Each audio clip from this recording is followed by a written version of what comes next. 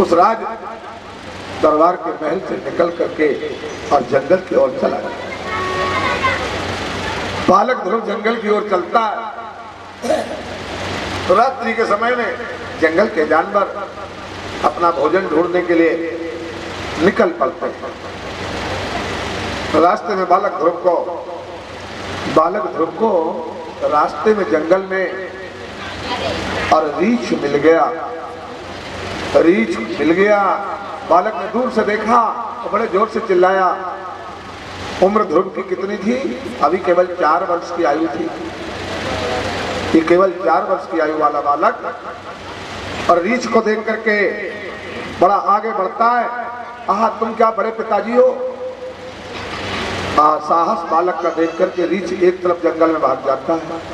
इसी बालक को आगे बढ़ते बढ़ते और जंगल में जंगल का राजा शेर दिखाई दिया, जिसकी आंखों से और प्रकाश हो रहा था। ऐसे सिंह को देखा, बालक को लगा जरूर उजाला हो रहा है, ये बड़े पिताजी होंगे, इसलिए आगे बढ़ता हुआ और जाकर के निडर, क्या आप बड़े पिताजी हैं? सिंह भी सामने आते हुए बालक को देख करके एक तरफ निकल गया। सज्जनों, जो भगवान की तरफ चलते हैं, जो भगवान को ढूंढने निकलते हैं, तो भगवान का कहना है कि जो तू आवे एक पग, जो तू आवे एक पग, तो मैं धाऊं पग 60, और जो तू करो काठ 100, तो मैं लोहे की लाठ। भगवान कहते हैं अगर कोई मुझे ढूंढने के लिए एक कदम आगे को रखता है, एक कदम मेरी तरफ को चलता है मुझे खोजने के लिए, तो मैं उसकी तरफ को 60 कदम उसकी तरफ को चल देता हूं। भगवान कहते हैं अगर मेरी तरफ को आता है तो एक कदम चलता है, मैं 60 कदम अपनी 60 कदम और 60 गुनी कोशिश उससे मिलने की करता हूं। और जो मुझे भूल जाता है बिल्कुल, अरे लकड़ी जैसा कड़क मन बना लेता है, तो वो लकड़ी जैसा कड़क मन बनाता है, तो मैं लोहे जैसा बन जाता हूं। ध्रुव भगवान की तलाश में निकला है, इसलिए भगवत प्रेरणा हुई और देवर्षि नारद जी उस रात्रि में इस बालक को राह बताने के लिए और जंगल में आकर के वीणा बजाते हुए दिखाई पड़ते हैं। सजनो, नारद जी का वीणा बजा, भगवान का नाम बड़े प्रेम से गा रहे हैं। आप लोग भी मिलकर के 1 मिनट भगवान नाम उच्चारण करेंगे। श्रीमन्नारायण नारायण नारायण,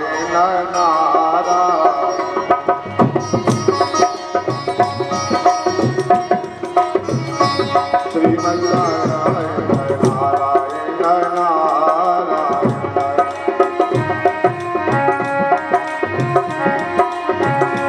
श्रीमन्नारायण नारायण नारायण,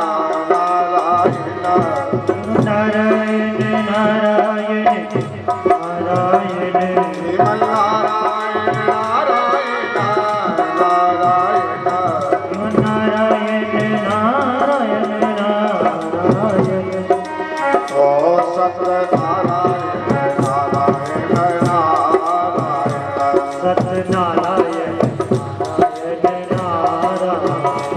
सत्यनारायण नारायण नारायण, सत्यनारायण नारायण नारायण, श्रीमन्नारायण नारायण नारायण,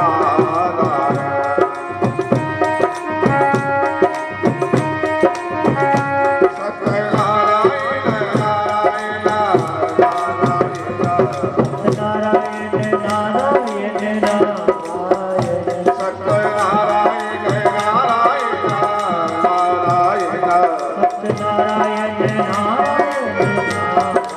नारायण, और लक्ष्मी नारायण नारायण नारायण, लक्ष्मी नारायण नारायण नारायण, लक्ष्मी नारायण नारायण नारायण, लक्ष्मी नारायण, श्रीमन्नारायण नारायण नारायण नारायण श्रीमन्नारायण। बोलिए देवर्षि नारद भगवान की जय। देवर्षि नारद जी का उस जंगल में वीणा बजाते हुए आना हुआ। नारद जी का सुंदर सरसम के बालक और उस तरफ को बढ़ा। नारद जी के पास जैसे ही बालक पहुंचता है, श्री सुखदेव जी महाराज कहते हैं, अहो तीजा क्षत्रियाणाम मानभंगम रक्षता बालोऽप्यं हृदयाधत्ते नियतसा मातुरसदज्ज। सुखदेव जी महाराज कहते हैं, ध्रुव गिलानी से भर गया। गिलानी से भर जाने के कारण और अपना घर छोड़ करके जंगल को आ गया बड़े पिताजी की तलाश में। तो नारद जी मिल गए और नारद जी मिले तो नारद जी ने ध्रुव को समझाया, बालक कहाँ जा रहे हो? ध्रुव का एक ही प्रश्न था, मैं बड़े पिताजी को दौड़ के, आप बड़े पिताजी हैं? नारद जी ने कहा, मैं बड़ा पिता तो नहीं हूँ, पर बेटे बड़े पिता का पता जानता हूँ। और वास्तव में नारद जी जिन जिन को मिले, जिनको भी नारद जी मिल गए, तो चाहे वो भक्त हो और चाहे राक्षस हो, जिनको नारद जी मिल गए, नारद जी ने उनको भगवान से मिला दिया। वैसे तो लोग कहा करते हैं, कोई चुगली करने वाला हो, इधर उधर की बातें करने वाला हो, तो लोग कहते हो तो नारद है, परंतु ये सच्चाई नहीं। नारद वो है, नारद जिसकी वाणी को कोई रद्द ना कर सके, जो कह दिया वो हो गया। नारद ये तो केवल हमने आपको अक्षरों का अर्थ किया, पर वास्तव में नारद वो है जो 64 कलाओं का बोध रखता हो। नारद वो है जो 64 कलाओं का बोध रखता हो, जिसके आवागमन में तीनों लोकों में और पहुंचने की क्षमता हो, जिसे कहीं भी कोई रोक टोक ना हो। इस तरह के गुणों वाले व्यक्ति को नारद कहा गया। नारद को भगवान के 24 अवतारों में एक अवतार भी गिना गया। इसलिए सज्जनों, नारद का मिलना भगवान के मिलने बराबर है। क्यों?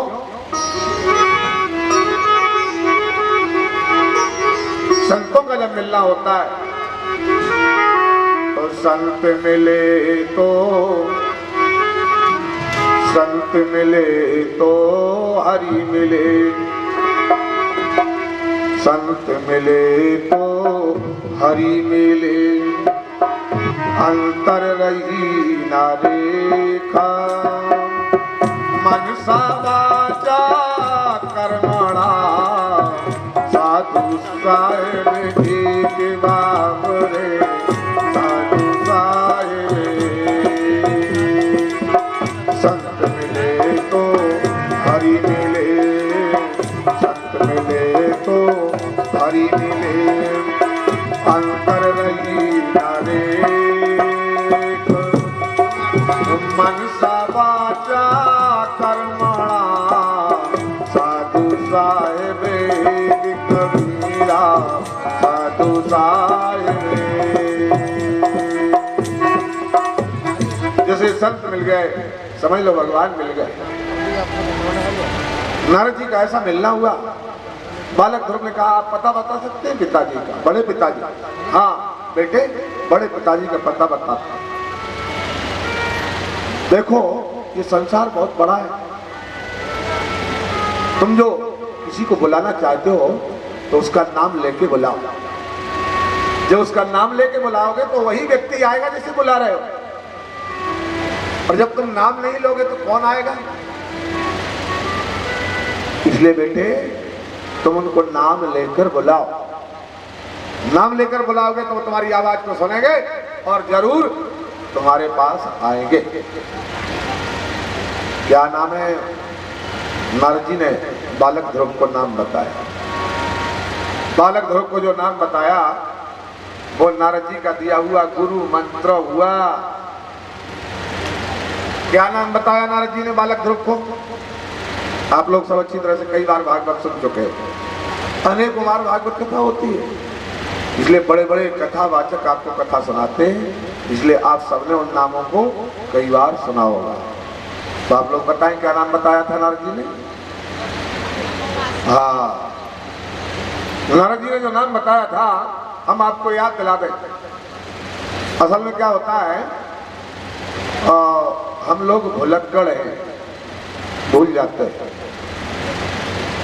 आप लोग कहेंगे हम भुलक्कड़ नहीं है, नहीं, ये सारी दुनिया भुलक्कड़ है। हम लोग भूल जाते हैं और बार बार याद कराने के लिए भूली हुई बातों को कोई याद दिला दे तो तुरंत समझ में आ जाता, हाँ बात तो यही है, सही है। तो ये काम जो चल रहा है, कथा सत्संग का कार्य चल रहा है, ये ऊंचा मंच बना दिया, ये बना दिया चौकियां इकट्ठी करके और इस पर एक और ऊंची चौकी लगा करके और एक मंच बना दिया। अब इन चौकियों के ऊपर जो बैठा है इसको क्या कहेंगे? कहते तो व्यास हैं, कथावाचक कहते हैं, पर सच्चाई तो ये है कि लकड़ियों की चौकी पर बैठा है, इसलिए चौकीदार से ज्यादा कुछ है ही नहीं है। ये चौकीदार है केवल। आप लोग जमीन पर बैठे, जो जमीन पर बैठे हैं वो सब जमींदार हैं।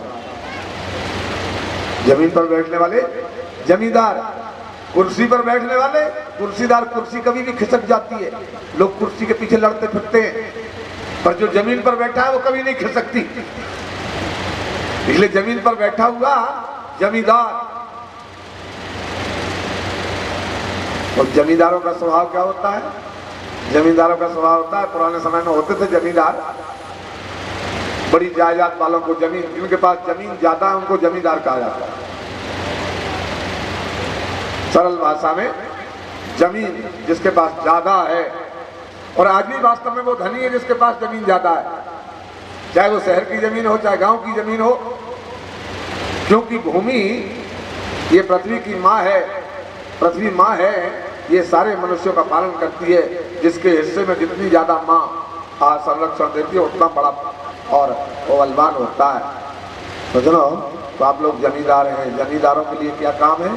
जमींदार खाते पीते हैं और सोते हैं, उन्हें चिंता नहीं होती। और जब खाते पीते सोते रहते हैं तो भूल जाते हैं, खाते पीते रहते सोते हैं भूल जाते हैं। अच्छा, आप लोगों को लग रहा होगा हम लोग नहीं भूलते, चलो हम ये तो नहीं कहेंगे आप लोग नहीं भूलते हैं, पर आप खुद परीक्षा कर ले कि आप भूलते हैं कि नहीं भूलते हैं। बड़ी बड़ी बातें तो ठीक है, जिनने पढ़ाई की है छोटे से लेके और बड़ी बड़ी डिग्रियां जिनने हासिल की है उनकी बात तो अलग ही है, वो तो बड़े याद वाले लोग हैं। पर नहीं, हम उन लोगों से भी प्रश्न करेंगे कि आप लोग भी भूल जाते हैं। अच्छा, आज दिन क्या है? कौन सा दिन है आज? बुधवार। बहुत बढ़िया, बुधवार है। चलो ज्यादा दिन की बात नहीं, पिछले बुधवार को दोपहर में आपने भोजन में क्या खाया था? मामला गड़बड़। और बड़ी बातें तो ठीक है, वो भोजन का मामला भी भूल गए। इस तरह के भुलक्कड़ हैं हम लोग, इसलिए कथा सुनाने वाले कई बार कथा सुना जाते हैं और हम लोग भूल जाते हैं। तब क्या होता है? तब बोले बार बार याद कराने के लिए, बार बार याद कराने के लिए बार बार कथाएं होती हैं, बार बार कथाएं होती हैं। तो जमींदार सो गए और उनके घर में कोई सेंध लगा के चोरी ना कर ले, लूट ना ले उनको। तो उन जमींदारों के लिए जगाने का काम करता है चौकीदार। चौकीदार क्या करता है? ना तो खुद सोता है और न इनको सोने देता है, चिल्लाता रहता है जागते रहो, सावधान। तो ये चौकीदारी का काम ऋषि मुनियों ने कहा, वयम राष्ट्रे जागरे हम पुरोहिता। इस राष्ट्र को, इस देश को जगाने के लिए धर्म के मंच पर बैठने वाले लोगों का ये काम है कि इस राष्ट्र को जगाते रहें, ये राष्ट्र कहीं धोखे में और ऐसा बेहोश ना हो जाए कि इसका माल ही लुट जाए। पर हुआ क्या, चौकीदारी का काम करने वाले और जमींदारी करने लग गए। तो जब चौकीदारी का काम करने वाले जमींदारी करने को लग गए तो जगाए कौन? जैसे जैसे ये गड़बड़ी हुई वैसे वैसे हमारे सनातन धर्म में से अनेकों लोग अलग होकर के और दूसरे धर्मों का आश्रय लेने लगे। सबसे पहले हमारे देश का राष्ट्र धर्म सनातन धर्म, ये सारे विश्व का धर्म था। आज के 4000 साल पहले दूसरे धर्म देखने को, सुनने को नहीं मिलते। पर श्री कृष्ण के जाने के बाद इस सनातन धर्म के जो आचार्य बनकर बैठे, उन लोगों ने ऐसी विकृतियां पैदा की कि जैसे एक परिवार में एक पिता एक परिवार का मुखिया अगर परिवार के लोगों के साथ सौतेला व्यवहार करने लग जाए तो फिर परिवार के लोग टूट टूट करके, न्यारे होकर के अलग रहने लगते हैं। यही हाल हुआ हमारे सनातन धर्म का। सनातन धर्म के ठेकेदारों ने ऐसी विकृतियां फैलाई कि फिर अनेकों धर्मों अलग अलग, चाहे वो इस्लाम हो, चाहे ईसा धर्म हो, चाहे वो यहूदी हो, चाहे पारसी हो, बहुत सारे धर्म सनातन की और विकृति के कारण ही उत्पन्न हुए। सज्जनों, सनातन धर्म को समझने की बड़ी गहराई से जरूरत है और इस धर्म के ठेकेदार जो बनकर बैठे हों वो सावधान हो जाएं कि हमारे सनातन धर्म के बारे में हम सच्चाई प्रकट करें और लोगों को सत्य, सनातन क्या है? सत्य है। और सत्य क्या है? सत्य शाश्वत है। सत्य क्या है? सत्य शाश्वत है। जैसा पहले था वैसा आज है और